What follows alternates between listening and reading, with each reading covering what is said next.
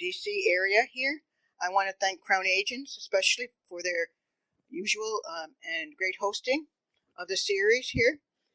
And I also wanted to thank USAID and our panelists, who I'll be introducing in a second. The format for those who are on the webinar and the format for those who are in the audience is that we go through the speakers, then we have a set of questions, Q&A. For people on the webinar, I want to again welcome you, and we're going to have our operations manager, Pablo Torres, be helping to lead any type of online discussion, technically, and we're going to also be asking questions of those on the webinar, polling questions that we will bring up the answers to and sort of the feeling and understanding of who's the audience online to our moderator, and so that everybody can understand what has now become a very wide global reach for the CEADIR series, and an increasing reach in the sense that we've got people from different representatives of government, of international banks, of domestic banks, project developers, as well as civil organizations too. So with that, I'm going to hand it over, and I will have David Ross speak. As I said, we have an illustrious panel today. We're very fortunate to have David Ross, who comes from the USTDA. We also have Gwendolyn Andersen, who's with the CEADIR project, and we're very pleased to have Francisco Acuña, who is CEO of InTrust Global Investments. So with that, I will open up, and please hold your questions until the end when we do the Q&A, and you'll have plenty of time. We usually keep a good half an hour for that. Great, thank you very much. Today, to speak with you all about clean energy in Central America. I'll start off and talk to you a little bit about USTDA and what we do to support Central America. We'll then pass it off to Gwen, who will speak a bit about the current status of clean energy in Central America. And then we'll have Francisco talk about provide an understanding of what developers look for when investing in clean energy in Central America. So USTDA really has a unique dual mission. We help U.S. companies export goods and services to emerging economies, while at the same time helping develop the critical infrastructure that our partner countries need in order to help grow their economies. So in short, we really link U.S. companies to infrastructure opportunities in emerging markets. Now, we do this in three priority sectors: transportation, energy, and telecommunications. And within the energy sector, last year, over 50% of our investments went to clean, renewable energy. The other was looking at natural gas and smart grid projects. Renewables is a huge portfolio for USTDA, really in all parts of the world. USTDA goes about supporting or developing its mission really in two ways. First is through our grant program. We can provide grant funding for early project planning for major infrastructure projects. This often takes the form of feasibility studies or technical assistance or pilot projects. The grant funding can be used for a number of different project planning activities, anywhere from the early project conception through the technical, economic, financial analysis, the environmental permitting, regulatory analysis, and ultimately the preparation of tender documents. The second funding mechanism we have is reverse trade missions, where many of you may be familiar with the Department of Commerce has trade missions where they bring U.S. companies overseas to meet with foreign buyers. So we've kind of flipped that model, and we bring foreign delegates, foreign project developers to the U.S., typically focused around one specific sector and within a country, to meet with U.S. companies, U.S. government officials, U.S. regulators, in the hopes of developing partnerships to increase business, increase trade, and help develop some of these projects. And there's this term CEFCA. In the government, we always love our acronyms. The Clean Energy Finance Facility for the Caribbean and Central America. This is something that is a partnership between USTDA, USAID, and OPIC that was launched last March, I believe, and is designed to help catalyze the development of clean energy projects in Central America and the Caribbean. So the funds are grant funds and can be used for technical assistance, feasibility studies, pilot projects, really to help develop those early stages of renewable energy and energy infrastructure or energy efficiency projects. You see here the list of eligible countries support projects in. And just to give you a couple of quick examples of actual projects that USTDA has supported recently, the first one you see here in El Salvador is a 20 megawatt hydropower project in Lake Ilopango, and USTDA provided the grant for the economic, technical, and commercial analysis to prove the viability. And we were thrilled to learn just a few months ago that the project had secured financing and is being positioned to move forward to implementation.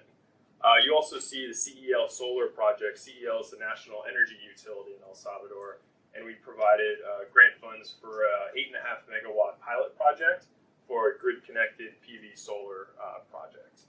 So overall, we're interested and active in most areas of clean renewable energy, geothermal, solar, and wind. And most recently, we've taken a more active stance on energy storage, especially with the intermittent renewables coming online. We see energy storage as being critical to a lot of the successful development of these programs. So we love to work with all the partners in the room and online here with us today. USTDA is open to project proposals. We'd love to have folks participate in the reverse trade missions, meet with delegates when they come to the U.S. All of our contracting opportunities are posted on Federal Business Opportunities. And then all of these grant projects, the feasibility studies, technical assistance that we're funding, these are all publicly available. They can be requested online through our library, and they provide specific analyses of the projects, but also great market overviews, kind of at a bit higher level. So here's my contact information. This will be posted online afterwards, I believe. But I'm going to turn it over now to Gwen, and she'll provide kind of an overview of what her and her team have been doing to assess the clean energy landscape in Central America. Thank you, David. Thank you for having me here, and thank you for coming. Thank you for listening online, and thank you to the people who will listen online later. Aligned with USAID's Global Climate Change and Development Strategy, USAID's El Salvador Central America Regional Program, through the Regional Clean Energy Initiative, has been helping Central American countries to improve the enabling environment for clean energy development and to reduce energy consumption through energy efficiency measures in the region. These activities are helping clean energy investors at the regulatory level. Additional technical assistance and capacity building is needed to reduce Central America's dependency on fossil fuels and to better use regional and domestic renewable resources by mobilizing investment from the public and the private sectors. So ECAM asked CEADIR to study how they could increase the development of renewable energy and energy efficiency by mobilizing private commercial investors and financiers. We did an assessment of clean energy investments, which are absolutely increasing. What we found were more local transactions during the scoping trip than were reflected in the secondary resources that we had been looking at for the desktop study. Demand for electricity is growing. There are policies to promote renewable energy, and there are some unmet needs with regards to energy efficiency. We did this via a desktop study using secondary sources, and then I went and had informational interviews with a variety of experts, including from OPIC, the IADB, the World Bank, Jeff, InTrust, Sustainable Energy Central America, Nexent. We then followed up the desktop study with a scoping mission. And this was a perfect example of why you don't just want to do a desktop study, because we learned many things in the scoping mission that we didn't learn in the desktop study, including, again, that there were more local financial institutions lending than was reflected in the data. One of the big important trends is that electricity consumption, electricity demand is projected to increase. It has been increasing, it's projected to increase more. This is a graphic of the mix of electricity generation in El Salvador now and the projected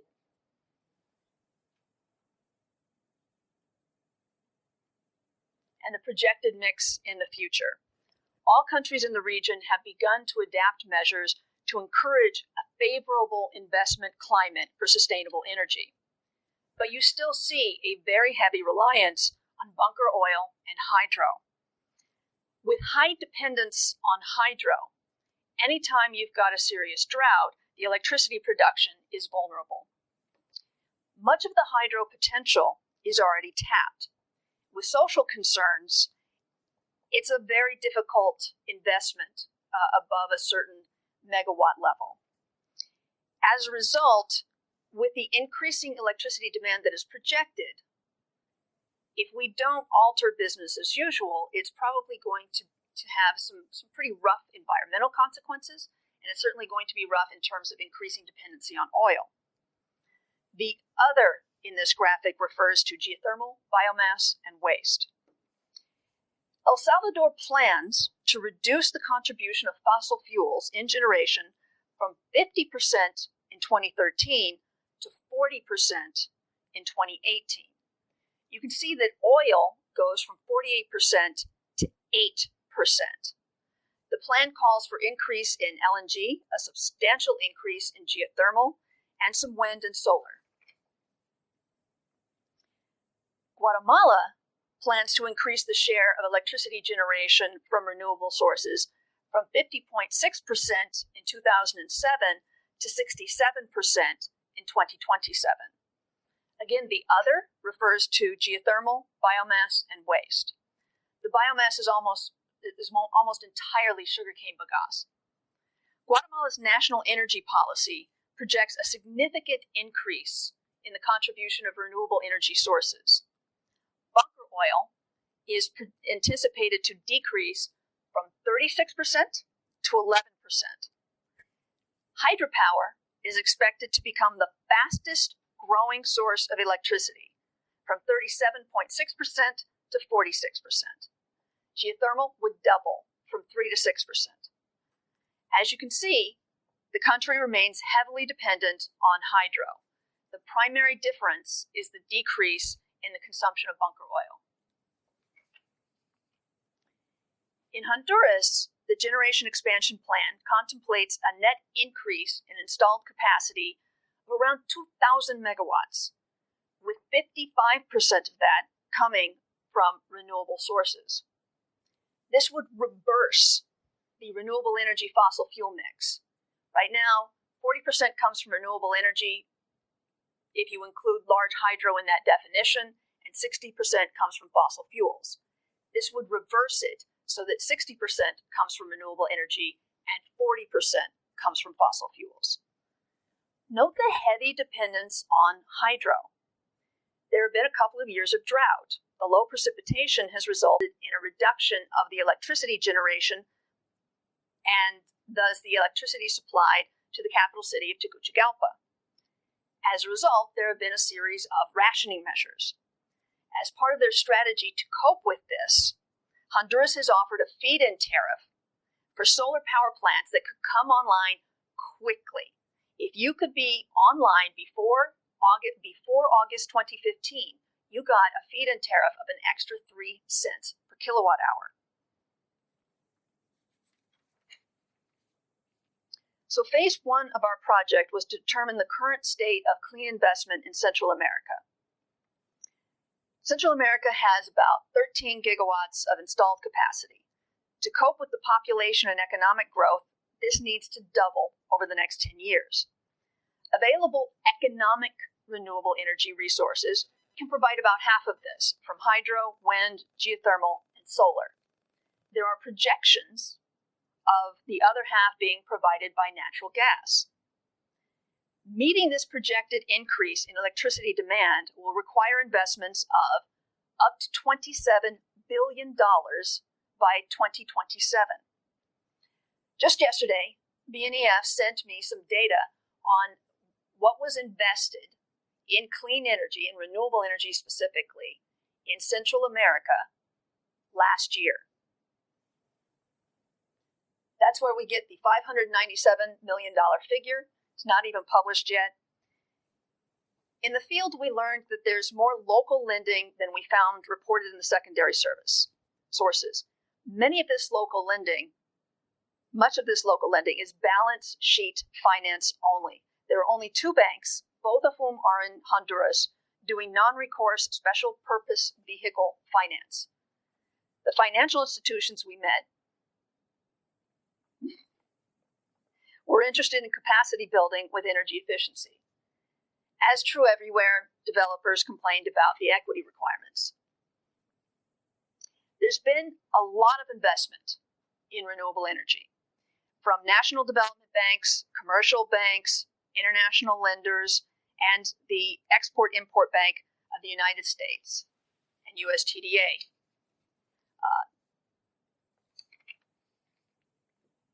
This is a graphic showing you the increase in the switch of investment in El Salvador. Note the shift from biofuel and geothermal to solar more recently. Citibank was very upbeat about the potential of renewable energy and solar, of renewable energy in El Salvador. The consensus was that El Salvador, of the three countries, may have the greatest potential for renewable energy, especially with small hydro.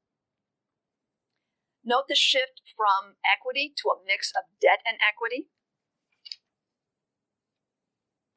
In Guatemala, you can see that there's a rather dramatic increase in finance overall, and again, the increase of more solar to the mix more recently. You see a very large spike in 2014. There was an auction in Guatemala to build more than 600 megawatts of new power capacity, including solar, wind, biomass, and fossil fuels. Now, Guatemala exports electricity, and it's working toward extending transmissions to Mexico. With their current national needs met, there is no expectation of a public-private power purchase agreement in the short to medium term, with one exception. There's a recent exception in that the government is considering having a 200 megawatt RFP from geothermal this year. Unlike in many Central American countries, Guatemala allows net metering. As a result, there is potential for what they call auto-consumption, what we call distributed generation, behind the fence generation, and energy efficiency. Note again the recent addition of debt. You might say, well, what's going on in 2015? For the longest time, Guatemala didn't have long-term power purchase agreements. It wasn't until the 2013 bidding process. As a result, this was just too risky for banks to get involved with. 2014, we now have long-term power purchase agreements. The banks can get involved. So what happened in 2015? We had one gentleman who made a very large investment, and he's wealthy enough that he didn't need debt. It was a solar investment. In Honduras, note the shift. Again, a lot of solar investment. Why? It's because of that feed-in tariff, that special incentive intended to deal with the drought that was causing a reduction of power from hydro sources. In 2009, Honduras had a renewable energy public bid and awarded 250 megawatts in power purchase agreements for investors to use to then find financial support. They also offered a government guarantee. If the utility cannot pay you, the government will. This is why you see investment beginning in 2010. Honduras has recently restructured the electricity sector with a new regulatory commission, and they broke up the state-owned utility into separate generation, transmission, and distribution companies that'll be privatized in 30 years. Note the shift from exclusive equity to a mix of debt and equity. In the latest year, you see proportions that are closer to what you would expect, a 70% debt to 30% equity split. The three largest banks in Honduras finance renewable energy. Ficosa and Atlantida do non-recourse project finance above 20 megawatts with 13 to 15-year tenure. Many Central American countries have established fiscal incentives for renewable energy. Regulatory measures and public financing are less common. A feed-in tariff, as I mentioned, is when there's an additional payment paid because of where the source came from. Net metering is a very powerful policy that says if the utility charges you X cents per kilowatt hour, then you can sell your power back to the utility, and you can do it for X cents per kilowatt hour. Whatever you pay to get it, you can sell for it. Tendering means we've got a nice public, open, transparent process that different participants can be a part of, and reverse auctions are very interesting. It used to be that the number one tool for encouraging private sector clean energy investment was feed-in tariffs. And that may have been necessary to help build the market for renewable energy investment, to help lure investors there. Now there's been more of a move, including in Central America, to reverse auctions. And in a reverse auctions, you say, I want 250 megawatts of power. How much will you charge me to give it to me? And how will you provide it? And then you go through the different bids and you select from them with the most attractive, the second most attractive, the third most attractive, until you get up to your 250 megawatts. This has had a dramatic effect on reducing the price offered. El Salvador's regulator is in the process of developing a net metering policy. Notice that I mentioned that Guatemala is actually exporting electricity, and Guatemala has the most regulatory incentives for renewable energy. There's energy efficiency legislation lying in wait in each of the three countries, but the political will to move them forward hasn't been sufficient to move them forward. Energy intensity in Central America has decreased at an annual rate of only 0.43%. To put this in perspective, globally, energy intensity has been reducing at 1.2%. The United Nations estimates that implementing energy efficiency interventions, including reductions in electricity line losses, would result in energy savings of over 12,000 gigawatt hours, or more than 15% of the total demand in Central America. This would result in a cost savings of close to $1.5 billion for end users, and it would reduce carbon dioxide equivalent by approximately 8 million tons per year.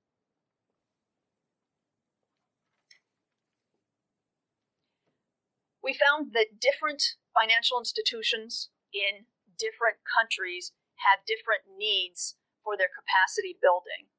In El Salvador, they're interested in technical discussion of renewable energy and energy efficiency.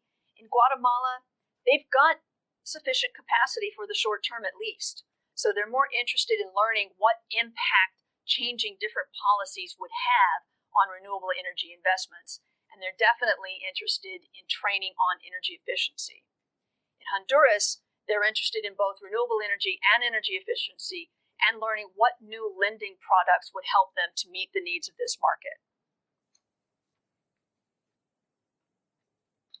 These are the activities that we will be doing under Phase 2.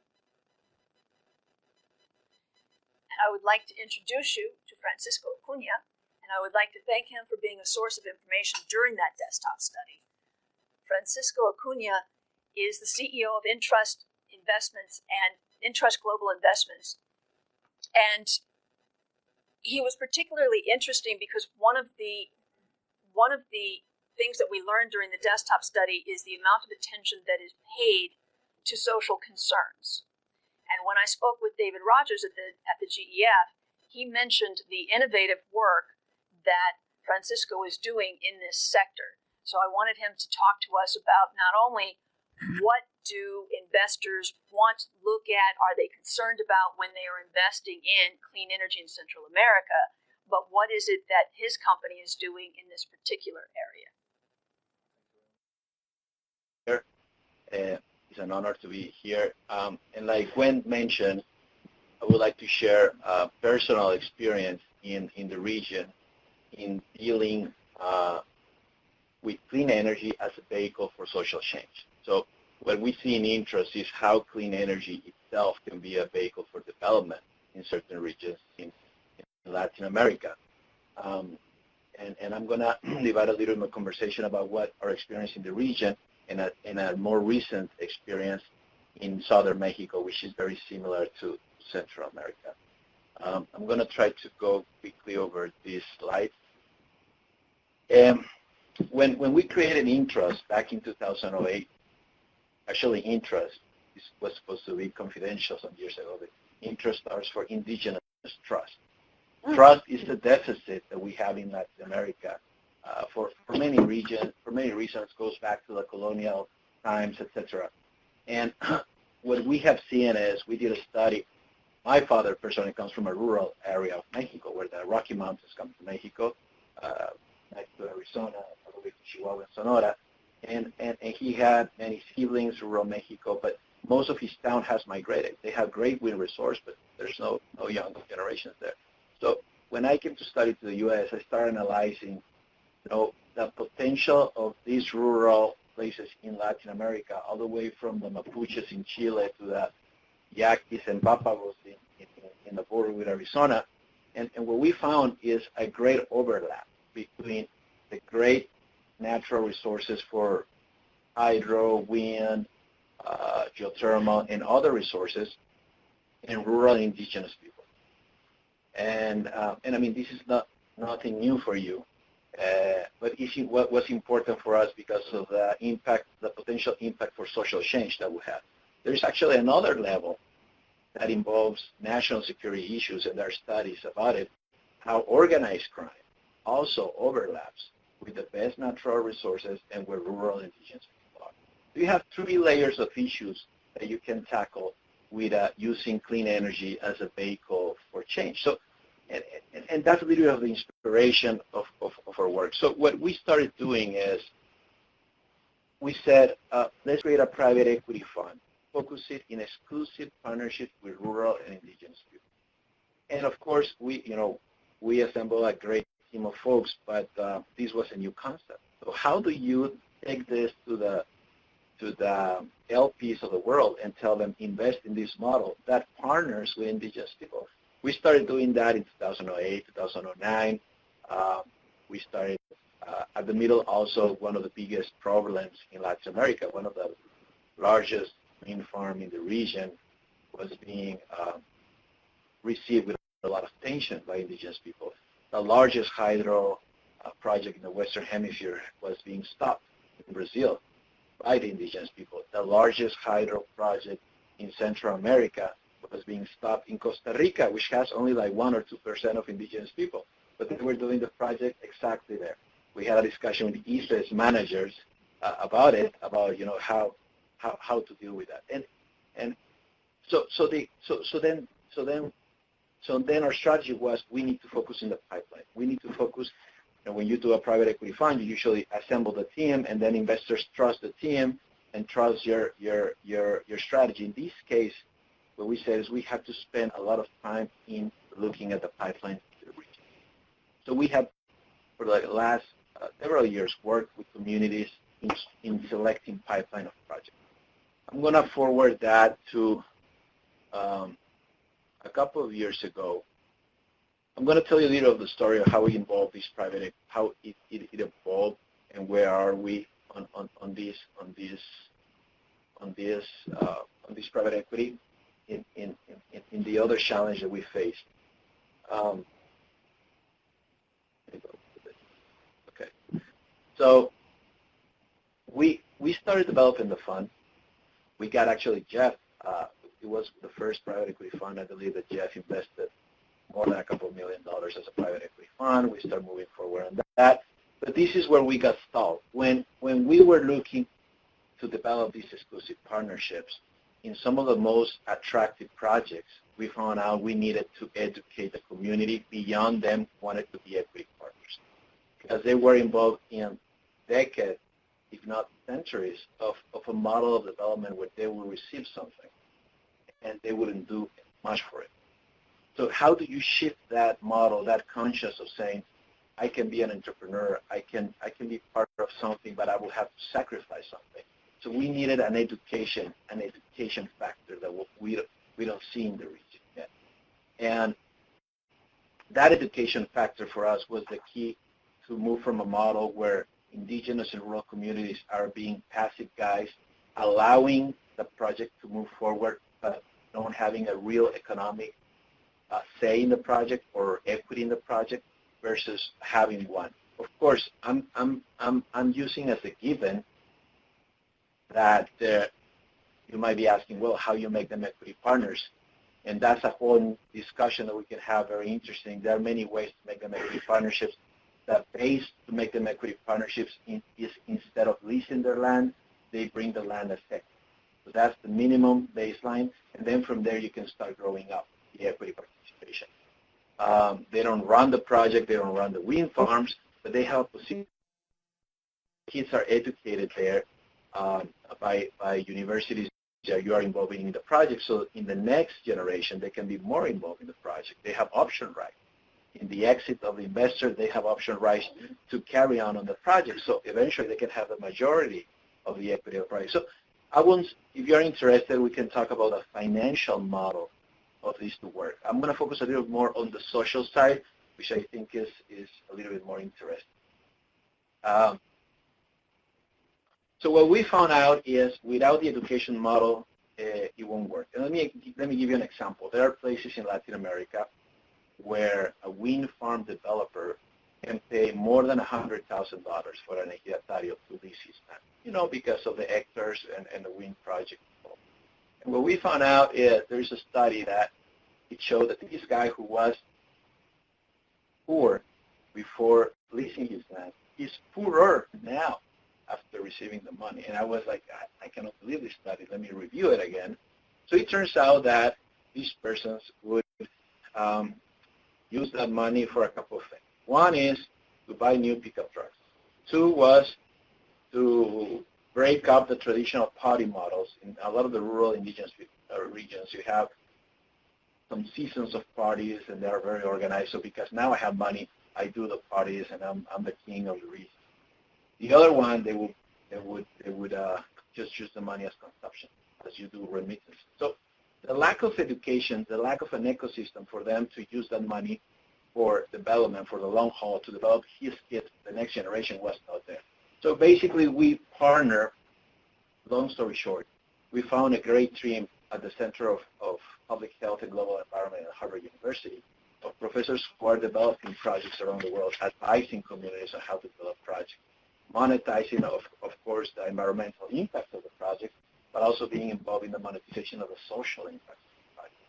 So we came to a government in Latin America, in this case Mexico, and partnered with the Ministry of Energy in the midst of an energy reform in Mexico about how this would help democratize the access of these indigenous and rural folks to be able to become equity partners.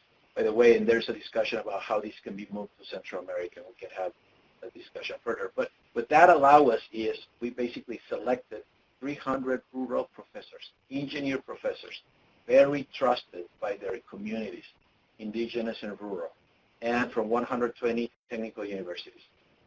And by the way, this is something very important. In Central America and Mexico, there is great human capital in terms of engineer professors. The GDP, the per capita number of professors, engineers in the region is very high, but they are not linked to the projects because we don't have that ecosystem of linking them yet as in other places. So what we did here is we basically, in order for them to receive the certificate of graduation from Harvard, which was their attraction, they had successfully linked themselves to their community, to a scale projects where it could be eventually developed. So in this way, we are looking at around 102 projects in Mexico right now under that model. And that's a model we're interested in exploring in Central America. My point on this is that it's not easy to create these equity partnerships, but it's doable. What we're looking at in Central America and Mexico is, for example, the great opportunity with co-op development, co-op generation model.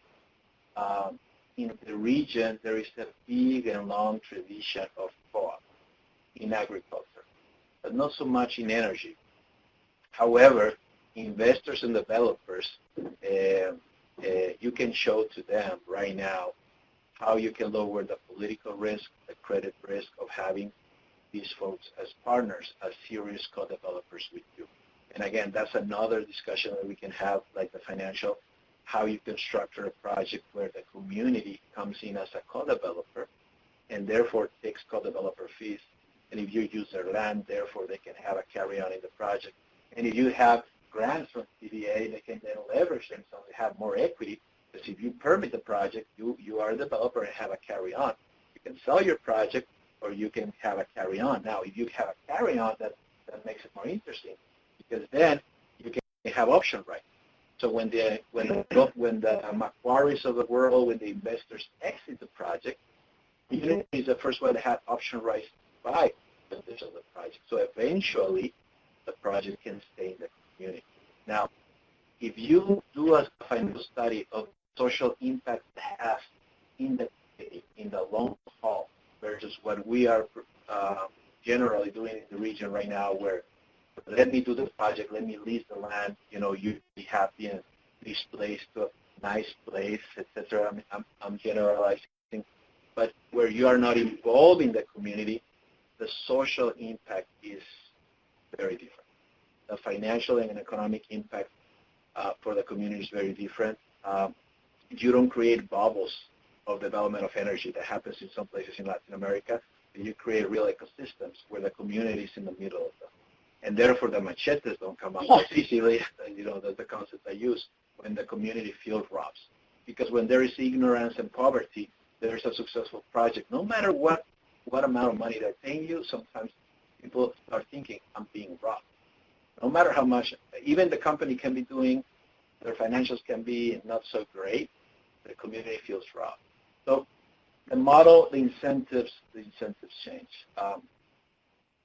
Okay, so I already explained this. The financial model is basically equity partnerships. That's the one that we're exploring right now. In Latin America right now, we are exploring, we're in development of a solar facility, all private, no communities, no indigenous. But our night job is developing a co-op, a wind co-op right now in the region. And again, this is the benefits for the model as equity partners. Well, the indigenous pass from being passive right now of leasing their land to active. They are not running the wind farm, they are not running the hydro, but they are part of the, and eventually they're learning about the project. Eventually they can replicate the project. The identity preservation. We have an alliance with a very relevant tribe in the U.S. that help us tell this story, because it's not the same me, Francisco, as a mestizo, to come with indigenous people there and tell them the story that another indigenous person from another place that in a generation has developed economic wealth, and how they have, that wealth has preserved their culture, their language, their identity is very powerful. So that's something that the U.S. has. The U.S. has very successful tribes that can tell that story. Not all of them are very successful. But you guys have some very successful stories, very inspiring stories, U.S. and Canada. Applied education. We have a lot of universities in Latin America that the professors can be linked to these projects. So, and rural professors are very, very trusted by the communities. How you link them to the project so this can be replicated in the country. That's what we did in Mexico. Option rights, very important. That's, the community that starts with this project, they will start as a minority owner most of the time, with some exceptions where indigenous communities are capitalized. Most indigenous and rural communities will start with their land as equity. Okay, how do they build up in their option rights when the investors exit so they can increase their participation. Alternative to organized crime. Well, everybody who works in the sectors sees how organized crime, security is one of the issues in the region. A lot of younger folks, are being lured to organized crime in the region as well. This is certainly an option against that. Now, what are the benefits for the investors? You might say, okay, this sounds great, but why would Goldman Sachs go here? Well, I mean, again, there are many benefits. We are not inventing the wheel here. I mean, there are very successful projects around the world under this model. I mean, very, very capital-intensive projects. In Canada, it started probably mostly in Canada with the indigenous there, with the equity partnership with the rural and indigenous people there, but you also see them in Australia and elsewhere. Basically, for the biggest benefits are for large-scale investors who have a reputational risk. Okay, so maybe in the 60s and 70s you can go and do something bad for a community, but now you have CNN and Fox News and all those. Well, I don't know if Fox News, but and other guys who will go to a community and are making the story bigger, and sometimes bigger than what it really is. But so the reputational risk really affects the company. The operational delays. We were talking before coming about how operational delays can really affect a project for a developer. That's another one. Increased pipeline for us is a key one. We believe there is a domino effect for the companies that are entering Latin America doing this model successfully. I mean, the number of communities, rural, indigenous, interested in being part of the model is very large. Okay, so you can see that communities that are middle income communities that have some education would be pushing for this model more than the lease arrangement. That's what we're seeing now with the wind project we're working on. And the credit risk. I mean, you see some of the regions in Latin America better endowed for wind, for example, who were the darlings of investors a couple of years ago. Now with the social issues, the credit risk, the risk of doing business there is higher. And what we're seeing is you can reduce that with equity partnerships. Again, because the equity partnerships is are objective measures to show how you reduce that very substantially. Not completely, but very substantially. Now, in terms of the scale, again, this is the financial part. Don't want to spend a lot of time there. But what we're seeing is there is big investors doing the billion-dollar projects. There is like the development banks doing the smaller projects. What we're seeing is there's the biggest opportunity financially is in the mid-sized projects. Between 10, 15, 20 million to 100, 120 million dollars total cost. We see that there's a lot of opportunities in the region. I think the sizes of the projects in Latin America, we are a great region. It's a middle-income region. It's an important region, but the sizes of the projects are still small. I think a lot of it has been because of lack of effective connections to the global market. But with these kind of models, I think we are seeing that it is attractive to these players. And again, the development banks are a size of these scales is a size of development banks like the Inter-American Development Banks and others feel comfortable. I put that circle that you see there, monetizing social impacts, just to mention that there is an increasing number of private funds that are prioritizing their investments, not only in the ROIs, but also in the SROIs. Now, there's a lot of debate how you monetize social impacts, and I know there's some economists here, so I don't want to get in a discussion with them. But some important funds are looking at the ROIs, the priority, all of them as a priority, the return on investment, but they're also starting to classify the social return of investments because if they can get, let's say, a 25% return of investment in a project, but they have 20 projects, they can potentially get that. They're interested in seeing, okay, how I'm going to affect other lives. Maybe not because I'm a nice guy, but also because that is a reputational issue for me that I can monetize in another way. So, and what we did in our program, and there is a brochure that I left in the entrance if you're interested, was we, with the Harvard folks and others, we trained them, professors, of one methodology of how to monetize the social impact. So, for example, a kid a Mayan kid in Guatemala that currently goes to Nogales, Arizona, and manufactures Nike shoes for $5, whatever. 20 years, he marries, he has kids there, and he dies there. What is the financial impact that it had for Guatemala, for Nogales, etc., versus that kid stays in a forestry project in Guatemala as being an equity partner there for 20 years, having option rights, etc., etc., etc. So you can put a number, a projection on that social impact for Guatemala, for himself, etc.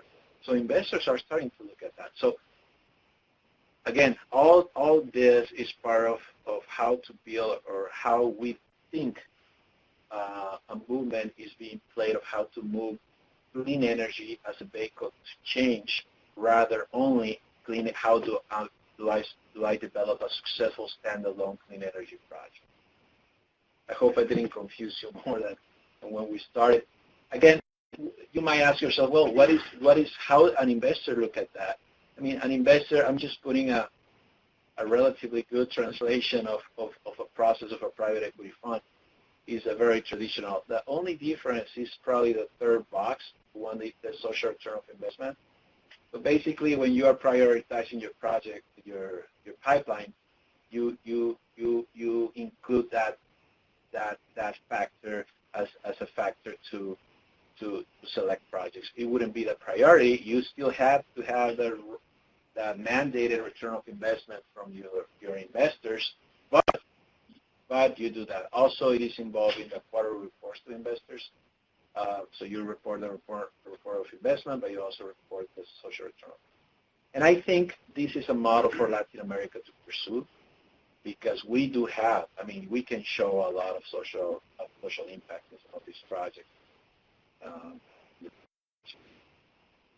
Okay, there is a lot of ways to align interest, but the key here is this model really works also if the government is involved. The government can help, for example, in the educational side. 5 minutes or 5 seconds? Okay, I'm almost done. What we found out in this last program that we did in Mexico, we asked the government, we need you.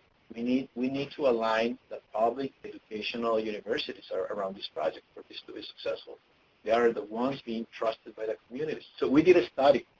Who are the trusted entities in rural and indigenous down there? We found 3. You want to guess which 3 entities? The priest, number 1. Number 2, the teachers, the rural professors. Okay. And then it varies a little bit between, it could be an old political figure, etc. The military sometimes is trusted because when there are disasters, they come in. Not everywhere, in some places. So we wouldn't partner with the priests or the mayors or the generals, right?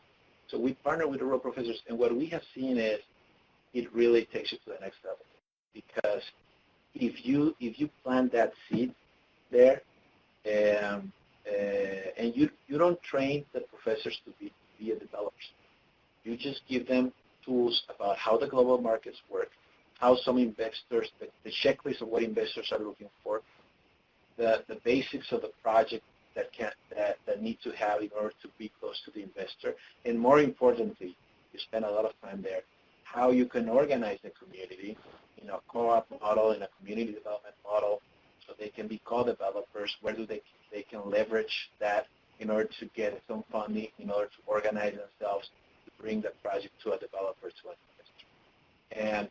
And so that's why the government is important.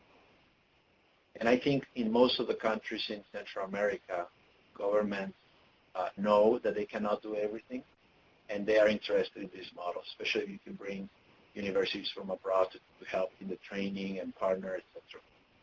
Also raises the bar for developers, you see, because then you are involving more stakeholders. It's more complicated than just I mean, it's more expensive and more complicated than the traditional model of coming in, negotiating with leaders of communities, negotiating with local government, pushing forward, and getting everybody aligned financially wise.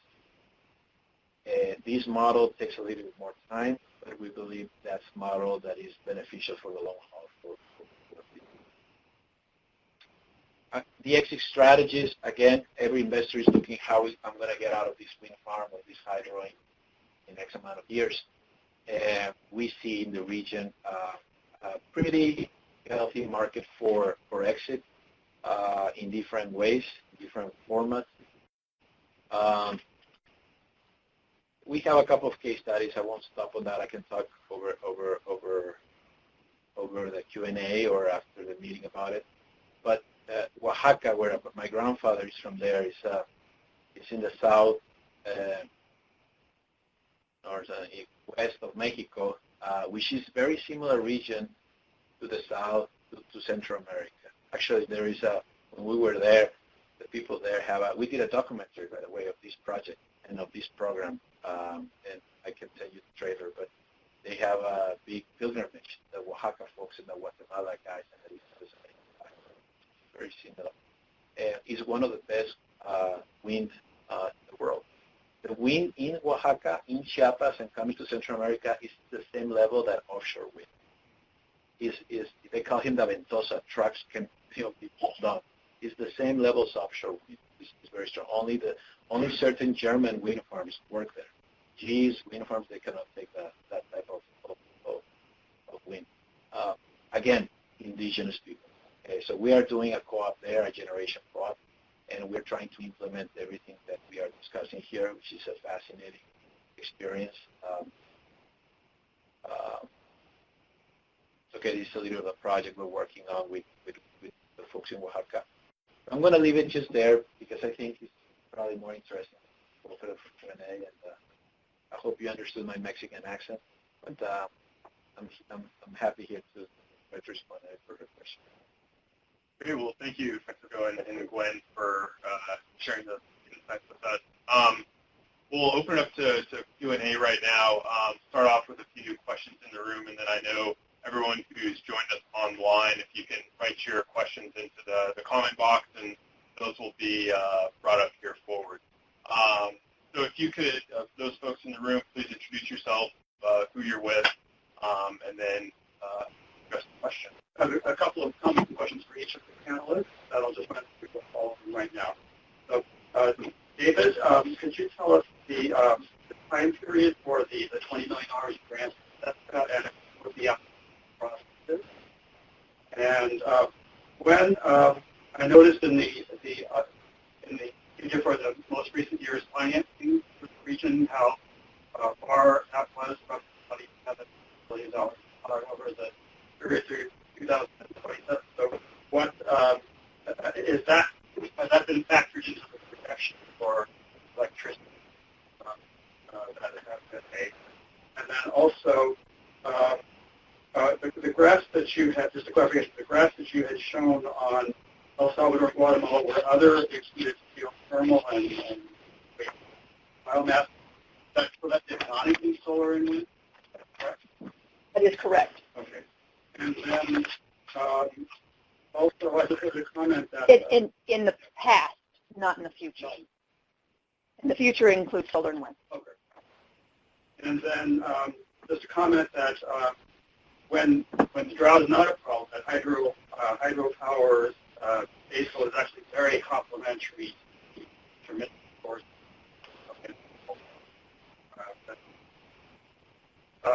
Francisco, that was a very interesting talk, and I'd like to know if you could talk a bit more about how and when the option prices are set, and how, if there is financing available to help actually buy the options, or how that happens, and how many of them have been able to Option right? Okay. Great. Well, maybe, Gwen, do you want to start and talk about the graphs that he was describing? in each of the three countries, you see a sudden dramatic uptick right around going up to 2014. And then I believe in each of them, 2015 is disappointing, which was surprising. But I had a really great conversation with the folks at BNEF yesterday, and we talked about what happened in 2015. In 2015, the region is having difficulties because China's having difficulties, and this has had an impact on the world market. Many countries, especially many countries around the world, have been supplying raw materials to China. So as China is having more economic difficulty, the demand has decreased, and economies around the world have been suffering and contracting. She was really, the analyst I spoke with yesterday, was really surprised by the numbers that she had for 2015, at how many projects had been anticipated that weren't happening now. So hopefully this is a blip, and investment will return on the path that you saw between 2010 and 2014 and continue to go up. One of the interesting questions is, how does the price of oil impact this? And globally, before, when the oil prices first started going down dramatically, lots of people were projecting that this was going to be terrible for renewable energy, and what they were missing with that was that oil typically isn't used for electricity. It's a different market, and so the drop in the price of oil has no impact on the demand for renewable energy. Until we all start driving electric cars enough for that to greatly influence the market, it's simply not relevant. But you saw those 3 slides for Central America. There it's relevant because they are using oil for electricity, and they are heavily dependent on oil. So I've been asking, as this drop in oil prices has continued to hang on, has this impacted investment? Has it impacted interest in renewable energy? And I have been told by the investors that I've been talking with, no, because it's viewed as a temporary blip. Everybody understands oil prices are cyclical. Everybody understands that oil prices are dangerous because they do spike up, and when they spike up, if you are dependent on oil, your electricity prices spike up. And either you need to increase the subsidies or you will have a wildly unhappy population. They want off oil. And even though the prices are low now, they are not anticipated to stay low. Great. And then, Francisco, there was the question about option pricing and how communities would obtain the money. Yeah. So in the concept of the INDI Fund, in the PTM, in the document that you present to investors, what we did is we just included as a requirement, as a guideline for an LP to come to the investment. So in order to invest in this fund, this is the set of guidelines. So we were tailoring. It was tailored to a certain kind of investors that would not only agree, but would be happy to have that exit strategy, including the rural and local communities. In terms of what we're doing right now with the wind farm in Oaxaca, it's a standalone project. It's not through the INDI Fund, at least not yet. One of the benefits of including the community as the development team, because you make them equity partners at the beginning. So InTrust is a co-developer. We partner with the community as the other co-developer. So we set up the guide. Where do we get equity? Where the first equity is from the land itself. Now the land itself is much more valuable, what the public register says it is. So you start valuing the land that way. And that's your first equity. Then we invest our own resources to get the permitting side. When you get that, that really increases the value of the project. Once you have that, by then the community is very important how you package the community in the project. So if there is tierras ejidales or comunales, is very different than if it's private. So it depends of the format. But you can create definitely a trust approved by the community to be part of the co-development team. Now, the investors who come in and develop the last mile of the project, the very highly expensive part of the project, they are not against having the community, buying options when they exit. I mean, as long as it's a fair price for them and they don't have to go and look for it, they actually prefer that. I guess the key question, the interesting question here is what could the government funds in those countries do to push forward those models? I think that's a deeper question. I think you're heading is, what financial mechanisms are out there that they could say, you know what, in this model, Francisco is great, but it's only 10% what the community will get, interest in the community. If they got a grant or if they got this support from these agencies, national or international development bank, it could go to 20, 30. How would that impact how would that affect the replicability of the model? I think that's a very interesting discussion that is yet to happen. And then it comes to the question of the egg and the chicken dilemma. Probably you need to have one solid case, successful case out there where people say, okay, this is a model that we want to back, and might be more efficient use of our resources, of public money, getting some resources in those models rather to others, and then you start the discussion that way. So far, you are in your own in terms of, okay, let's organize it, organize a community, monetize that, and move forward. And I think that same model moved to another project will receive more interest of potential investors early on to join the development team, and therefore increase the equity participation of the community. I don't know if that makes sense. I wanted to mention that the model reduces credit risk and that there's a process for figuring out how much. Can you give an example of a project that had a reduction in credit risk, and can you tell us how much? Well, there's no project in Latin America like that, right? But in the project that we are pushing forward right now, I can tell you is, and this is in Oaxaca, but I think is going to other regions, especially the tropical. Right now, in Oaxaca, it takes you the resources as a developer that you require, negotiate with ejidatarios to lease their land for X amount of years, has not only increased in tension, the discussion, has increased in price. Banks are there. There's a very important Australian bank that had a big issue there in Oaxaca. The Inter-American Development Bank had hundreds of dollars there as well. There was a big problem because of the social element. If you can take an Excel and put a numbers in how much money that entails in a certain amount of months, years, just talk without the project moving forward.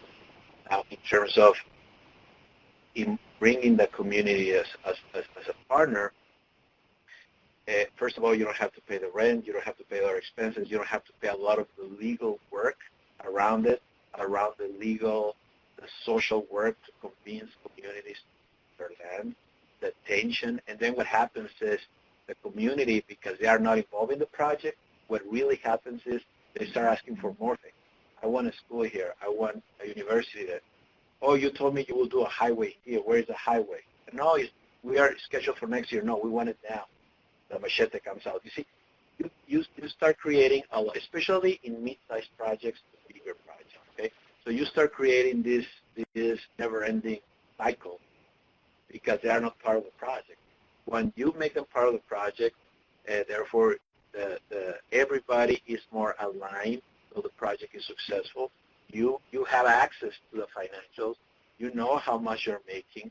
You make sure that the project is protected. I have a friend of mine who is a developer who makes a joke, says, when you lease the land, you are like the wind farm, very noisy, and I don't like it.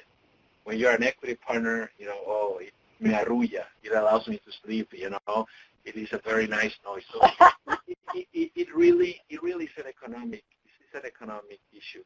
And the other factor that we are seeing too, very, very important, is elders, they have a big dilemma, at least in some places we're working, where they say, okay, I'd rather lease now because I get a payment now and have debt with dignity. That's how they call it. But then the dilemma is, if I do all this that you are telling me, the equity partnership, I can really leave something to the next generation. For them to move from debt with dignity, getting something now, to thinking in the next generation, you need to bring a very solid case. Why is it worth it for this? And that's why the educational part of it. There is a great Wharton study that they do at the university, Wharton, of around 35 or 40 mines in the U.S. About the credit and financial impacts of making miners equity partners and involving them in the project versus. And I think I'm happy to share it with you because it's the same. It's you can monetize one way or the other. Of course, maybe not in the short run. It really kicks in more in the mid-range to the left. So oftentimes these projects are developed in quite rural areas where the resource is greatest, but it may be quite a distance from a concentrated population or from the transition lines if the project was grid connected. So you'd have to develop kind of lines to connect to the grid. Do you see this model working for the landowners where the transmission lines have to connect as well? Or is that kind of not something you all have? Yeah, I mean, that's a big issue. It's a big, big issue. And we've seen it in some countries in the region. Really, the transmission limitation is really a key issue. And again, for example, in the case of Mexico now with the energy reform, and I see a lot of things happening in Central America, what's happening in Mexico. They're like NAFTA and CAFTA. I'm seeing some movement there, parallel, very interesting. The transmission is a big issue. You cannot do it everywhere. You need to study the community, then you need to study the grid. In the case of in some of the countries, the transmission is completely from the state monopoly, so you need to pay a big fee. For example, in Oaxaca, you need to pay a couple $100,000 per megawatt or per meg.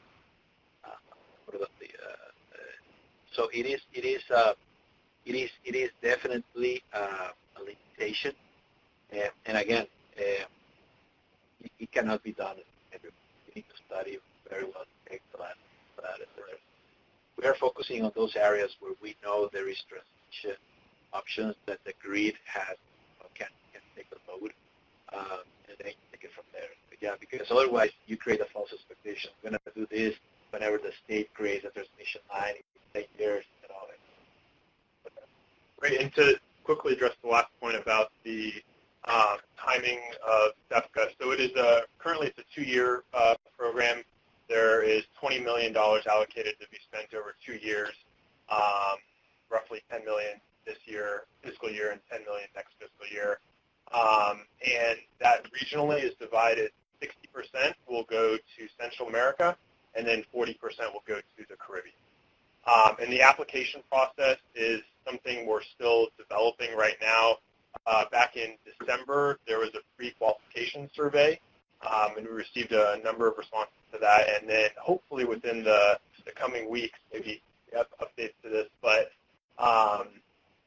there will be a notice of funding opportunity where more detailed proposals can be submitted. But we really encourage to develop this, especially from USCDA's perspective, on a rolling basis. So if you have project ideas, please come to me. We're happy to discuss those and connect you with my colleagues at USAID and with OpenVIC as well. There were a few questions online we'll go through real quick and then come back to the audience. One is probably best for Gwen to address about CEADIR. So this question is from Theo Williams. The CEADIR project size is small relative to the size of many renewable energy projects. How can and will CEADIR assist these projects?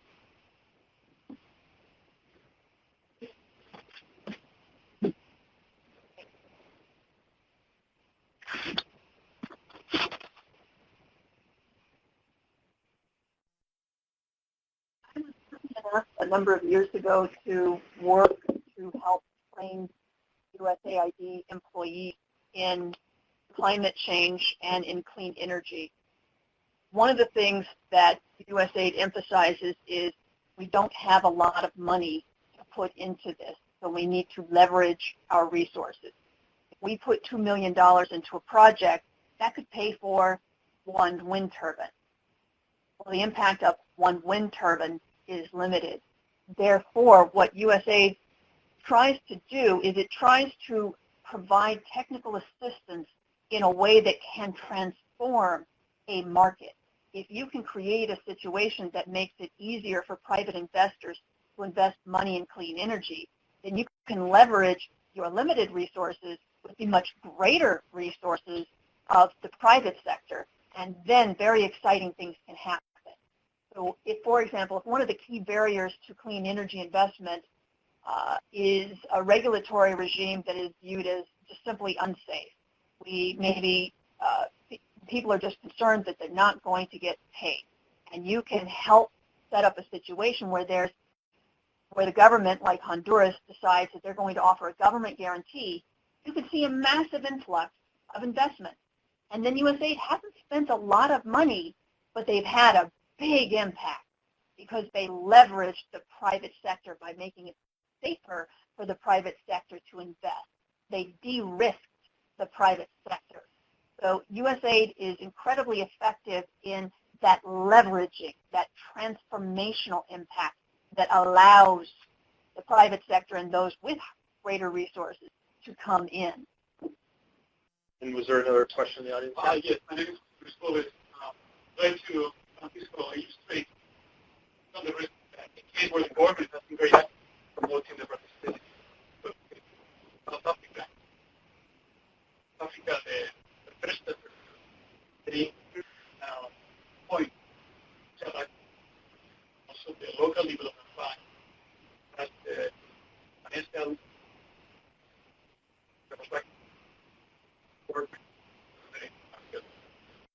where basically the bank is providing them low-cost debt, local business project. What you said about education, the capitalization of the local community point of view, that money is worth, but on the real impact, the money is just burned. So I was very interested here. Well, can we bring that development bank to Latin America? That's leadership, and that's the government area that I think is very important. Yes, the educational part is you follow the remittances model. It's very, to Mexico it reached 30 billion a couple of years ago. Central America, a very high amount, and when they receive the money, they consume it like a service. It's not linked to development. And without the education model, and again, it doesn't sound very sexy, very attractive, but it is what it is. If we don't educate our population around the project, they won't be able to really take the advantage of being connected to the economy of the future. There will be an isolated entity around very successful projects. And that's what you see a lot in Central America and Mexico. You see big energy projects with a lot of folks around the project without electricity. A lot of projects around folks around the project very poor, and that's really a challenge again. I mean, not of USAID and USDA, and it's really our local, societies, not only the government. We need to organize around this idea. So yeah, I mean, they are in Canada and South Africa. They have these models, and again, my feeling, my maybe. Impression is that a couple of these projects, well done, are going to force the institutions to look at this model as a model for involving themselves, giving more incentives, being able to facilitate the access for capital. Because we do have access. I mean, we do have capital in those countries that are being used, but I think could be very well used, at least part of that in this as a development model. And Gwen was talking about this at the very beginning of her presentation about the increase of local transactions happening to develop clean energy. To both of you, why do you see this transformation kind of happening? What do you see driving the increased demand for local financing to support these projects?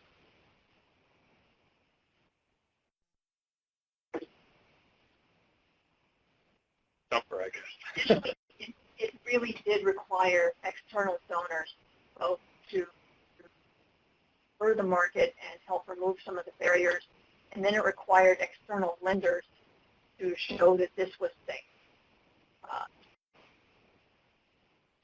So if it weren't for organizations like AIADB, like the World Bank coming in, making the loans, then people wouldn't have had any examples to look at. They wouldn't have had, this is the point of a pilot study, really, is to show people that this can work. Look, it has worked. Look, you can come and visit. You can touch it. You can talk to people who are involved in running it. You can have something near to you that is pragmatic and practical and real. And if you don't have that, then it's a theory. Oh, this is a beautiful theory. This is a beautiful fantasy that you're weaving for me, and maybe it would work and maybe it wouldn't, but I'm not quite sure why I should learn this. It's a big part of my portfolio for it. Once you've seen it work, it becomes less risky for you, and in fact, it goes to an opportunity. So I believe that more lenders are involved because the process has been opened up, because they've been shown that this can be a profitable area. However, there is a lot more to be done. So for example, all of the financing is based on cash flows from the rest of the business.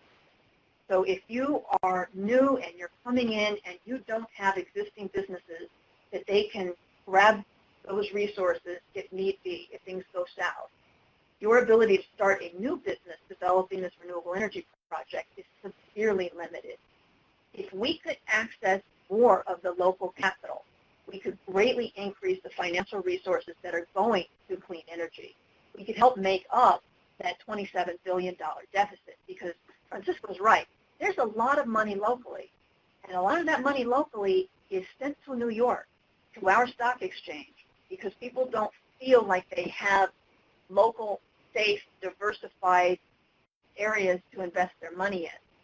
If we can not only help the financial institutions to be comfortable lending more and to be capable of lending more, but if, and by this I don't mean we CEADIR, I mean if the world could set it up so that private individuals, middle-class individuals, could put their retirement savings into activities that help their own economy, we could access an awful lot of money that is currently going into the stock market in the United States. Why? Because that's a nice, safe, diversified investment, and there isn't a secondary market in Honduras, Guatemala, and El Salvador. If you wanted to invest, if you were a school teacher in Honduras and you've saved up $5,000 by being thrifty and careful, how do you invest it? You don't want to put it all in one investment. That's risky. You want to diversify it. That's one of the beauties of the bond market and the stock market, is you can do that in a nice diversified way. There's no way for that Honduran school teacher to invest the $5,000 in a variety of options that include a wind farm. Yeah. Great. Well, I think we're running out of time here, so that will transition us to maybe one last question that is similar, but comes from our online audience, from Will Herbert, and this is for Francisco. So it says, one of the challenges with the cooperative model is that investors cannot have control. As InTrust structured investment in energy co-ops, as I would assume InTrust would want to maintain some level of ownership in these projects. Yeah. It's a very good question. And so the co-op model works for the ownership of the community. And so you have a different level where you have the investor.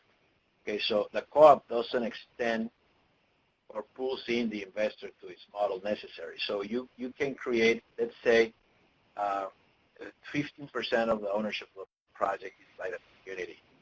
And that model itself can be organized however they want, as long as it doesn't affect the project. That we think it helps the project. And so the investor still will have control in that scenario. When the investor exits, because most investors want to exit in X amount of year, the community, the co-op is organized to have an option to buy a certain amount of the exit of the investor. But the control is still there. So it doesn't change the parameters of of a successful development of a project, it changes the dynamic of the introduction of the community in the project. That's basically it. If the community was able to partner, like in South Africa, locally and extend their participation, so let's say they are 40% at the beginning and 60%, the 40% is basically around the co-op model, not the 100% of the project. So the control will still be in the majority of capital. Great. Well, thank you, Gwen and Francisco, for being here today. That will the panel. It was great. I see someone brought up we have folks participating online from all over the world, really, even from Afghanistan, from Morocco, Peru, Portugal. So thank you to everyone online for joining us, and for those in the room. We'll be around for a little bit to answer any additional questions, but that will conclude the formal programming. Thank you. Okay, and if we can just go to the last few slides. This is Marcy Trump again. I just wanted to restate the fact that all these presentations are going to be up on, they are up on the web, and they're on the Climate Links website. Exactly, it's the last slide. What's important about that is that that's where you have the audio, where you'll have the full presentation, and you can get in contact with the presenters as well as, of course, people at USAID and the CEADIR project. So thank you for your participation and a lively discussion.